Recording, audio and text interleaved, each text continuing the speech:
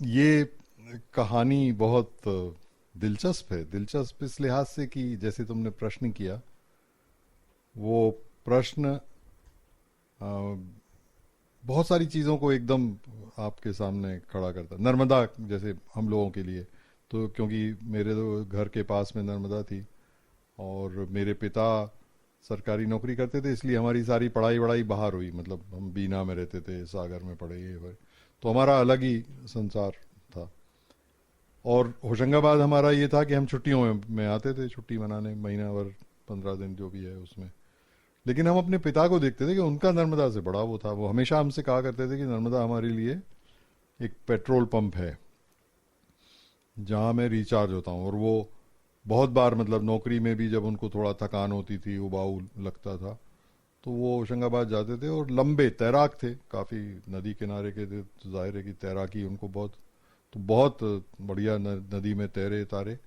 और उससे उनको बहुत एक प्रकार से सूदिंग असर होता था, बहुत तनाव मुक्त होते थे। ऐसा उनको उनको वो खुद कहते भी थे इस बात को कि मुझे तो एक पेट्रोल पंप की तरह लगता है कि नदी में, नर्मदा में स्नान कर लिया और तैर लिए तो हो गया बस। तो वो कहीं कहीं, बल्कि एक एक ज़माने में तो वो कालपी में रहे जहाँ गंगा रहती, परंतु वो गंगा उनको पेट्रोल पंप नहीं बन लगती थी, वो नर्मदा ही लगती थी।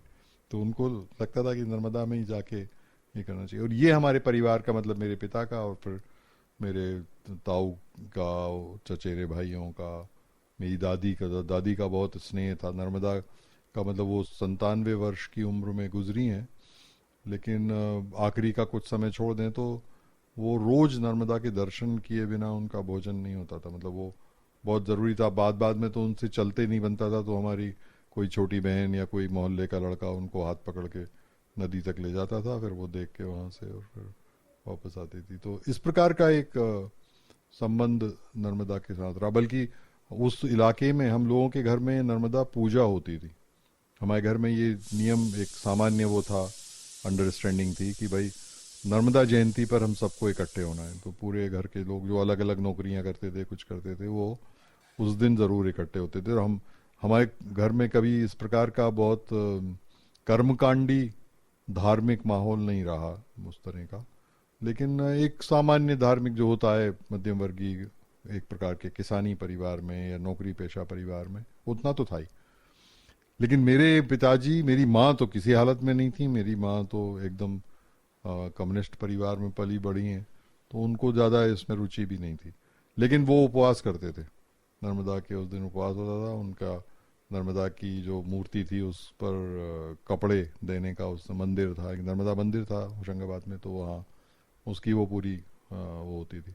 तो ये हमारे घर का एक वो था, जो बाद में फिर शहर में ही उसका वो हो गया। और एक प्रकार से नर्मदा जयंती फिर एक बड़े लेवल पर मनाई जाने लगी, यानी सब दीपदान होता था और ये होता था। हम लोगों के समय में ये सब नहीं था। हम लोग बहुत सीमित, जो पारिवारिक स्तर पर होता है ना, जो 5-10 लोग अपने घर के जा रहे हैं वहाँ पूजा कर रहे हैं नदी की, और ये तो इस प्रकार का नदी से बहुत स्नेह का और दोस्ती का भी ऐसा ताल्लुक था हमारे उसके कारण। तो ये प्रक्रिया, मतलब ये तो एक हम लोगों के, मतलब जैसे कहना चाहिए कि एक साथ में आपके जीवन के साथ चलते ही जाता है, उसमें कुछ पता नहीं चलता। पता नहीं, अभी अभी की शब्दावली में हम कहें तो एक आध्यात्मिक किस्म का लगाव है, या नदी से जो भी आपकी दोस्ती है। और हम लोगों के भी, मतलब हम जो भाई बहन हैं हमारे भी अलग अलग स्तर पर रिश्ता है। लेकिन नदी के साथ जो अभी अभी भी मेरे को, अभी भी मैं होशंगाबाद जाता हूँ तो एक चक्कर नर्मदा का ज़रूर लगाता हूँ। मतलब वो इससे कोई लेना देना नहीं है कि मैं वहाँ पर तैर रहा हूँ या नहा रहा हूँ या नहीं नहा रहा हूँ, वो मुझे मालूम नहीं। मैंने बहुत साल सरकारी नौकरी जब की, तो नर्मदा के उस तरफ के गांव में मैं स्कूल में पढ़ाता था। तो मेरा रोज नर्मदा में जाना भी और आना भी दोनों ही होता था। वो बहुत पिताजी ने जो है, मेरी सबसे छोटी बहन से लेकर के उसके बाद वाली, उनको सबको बाकायदा नदी ले जाना, फिर उनको तैरना सिखाना। उस ज़माने में एक तेल की कुप्पी होती थी, तो उसको वेल्ड करा के उसको बंद करना, तो उससे वो हवा रहती थी, तो वो आपको रोकती थी। उसको पीठ में, कमर में बांध दिया और फिर कूदा दिया नदी में, जाओ हाथ पांव मारो और करो। तो उस प्रकार का हमारे पिताजी काफ़ी करते थे। और ये असल में एक बहुत ही सार्वजनिक कार्यक्रम भी था हमारे यहाँ, मतलब हमारे मोहल्ले में ही एक रहते थे स्वामी जी, जिनका यही काम था। उन्होंने सैकड़ों बच्चों को तैरना सिखाया और सैकड़ों बच्चों को नर्मदाष्टक सिखाया। ये दो चीज़ें उन्होंने बहुत ही प्रमुख रूप से की। वो खुद बाबा जी थे, मतलब बाबा जी यानी ब्रह्मचारी थे, संत थे, ऐसे टाइप के व्यक्ति थे। ये रिश्ता हमारा मेरा व्यक्तिगत रूप से भी इसी कारण से बना, क्योंकि मैं जाते आते रहा और मैं मुझे नदी अच्छी लगती थी। पहले तो जैसे सब लोग जाते हैं प्राकृतिक कारणों से गए, लेकिन धीरे धीरे फिर नर्मदा से एक अलग संबंध भी बना। एक अभी भी मुझे लगता है कि बहुत, मैं पिताजी की तरह नहीं कह सकता कि पेट्रोल पंप है, पिताजी का रिश्ता अलग प्रकार का था। वो तो नर्मदा उनके लिए बहुत जीवनदायिनी जैसे हम कहते हैं, अभी तो शब्दों में कहते हैं, लेकिन उनके लिए बहुत था।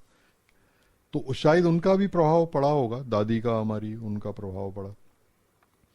और मुझे भी हमेशा ये लगता रहा कि नदी जो है वो, तो जब मैंने पहली बार ये बात सुनी थी कि इस पर कोई बांध बन रहा, तो मुझे लगता था कि इतनी सुंदर नदी को रोकने की जरूरत क्या है, मतलब इतना खूबसूरत पानी का। और नर्मदा पर तो बहुत ही गजब गजब का था। भवानी प्रसाद मिश्र जी जो है, उन्होंने इस पर बहुत विस्तार से लिखा भी है, कविता भी है उनकी, कि कैसे अलग अलग मौसम में वो सुंदर होती हैं, कैसे बदलती हैं। मतलब बरसात में कैसे लगता है, ठंड में कैसे लगता है, गर्मियों में कैसे लगता है, और फिर जो छोटे छोटे उसके बदलाव होते हैं कि कम बरसात हुई तो फिर क्या हुआ, फिर थोड़ी धीमे हुई तो नदी के रूप बदलते हैं। वो हम लोगों ने देखा, वो मतलब नदी किनारे बैठ के ये समझ में आता है आपको कि कल आपने जैसी देखी थी वैसी आज नहीं है। या बहुत बरसात में जब बहुत एक प्रकार से तेज बहाव होता है, वो एक अलग प्रकार का है। लेकिन जब आप ठंड में या गर्मी में जाते हैं तो आप देखेंगे कि बहुत स्लो, पता भी नहीं चलता कि वो बह रहा है पानी तो ऊपर से। तो इस प्रकार का, तो ये सुंदरता जो है वो बहुत वो है। मगर उसमें ये एक बात है ना, जैसा वो कहते हैं कि ज़ेन एक पद्धति है ध्यान की, जो बौद्ध पद्धति है, उसमें ध्यान का एक प्रकार ये भी है कि आप नदी को ऑब्जर्व कीजिए, observe the river, the flow of the water. तो वो ऑब्जर्व करना, ये हमारे, अब मतलब हमारे जीवन में इस प्रकार के बहुत सारे क्षेपक हैं जो इधर उधर होते। तो हमारे एक दोस्त थे, वो थोड़े योग में, ध्यान में, और रजनीश से बहुत प्रभावित थे। तो उनके साथ मैंने ये प्रक्रिया भी चलाई, नर्मदा घाट पे बैठ करके नदी देखना, नदी को मतलब महसूस करना कि ये बह रही है, ये इस प्रकार के। तो ये ध्यान पद्धतियाँ, मैंने ये जो सब छोटी छोटी चीज़ें होती रहीं, उसने नर्मदा के साथ एक बहुत अलग प्रकार का रिश्ता हम लोगों का बनाया। हमको अनुपम आता था तो हम लोग फिर वो बाद में जब नर्मदा जयंती होने लगी तो अनुपम आता था वो फोटो वोटो खींचने के लिए। उसके साथ कोई दोस्त भी आते थे बाहर के, वो सब साथ रहते थे, हम लोग मिल करके वहाँ पूजा तो खैर होती थी, लेकिन पूजा के अलावा वो ऐसे ही थोड़ा मस्ती करना और जाना आना, तो वो उस तरह के बहुत होते रहते थे। तो अनुपम का इसमें बहुत आना और जाना होता था। तो वो भी एक बड़ा वो था कि नदी के प्रति हमारा एक स्नेह या आदर भाव है।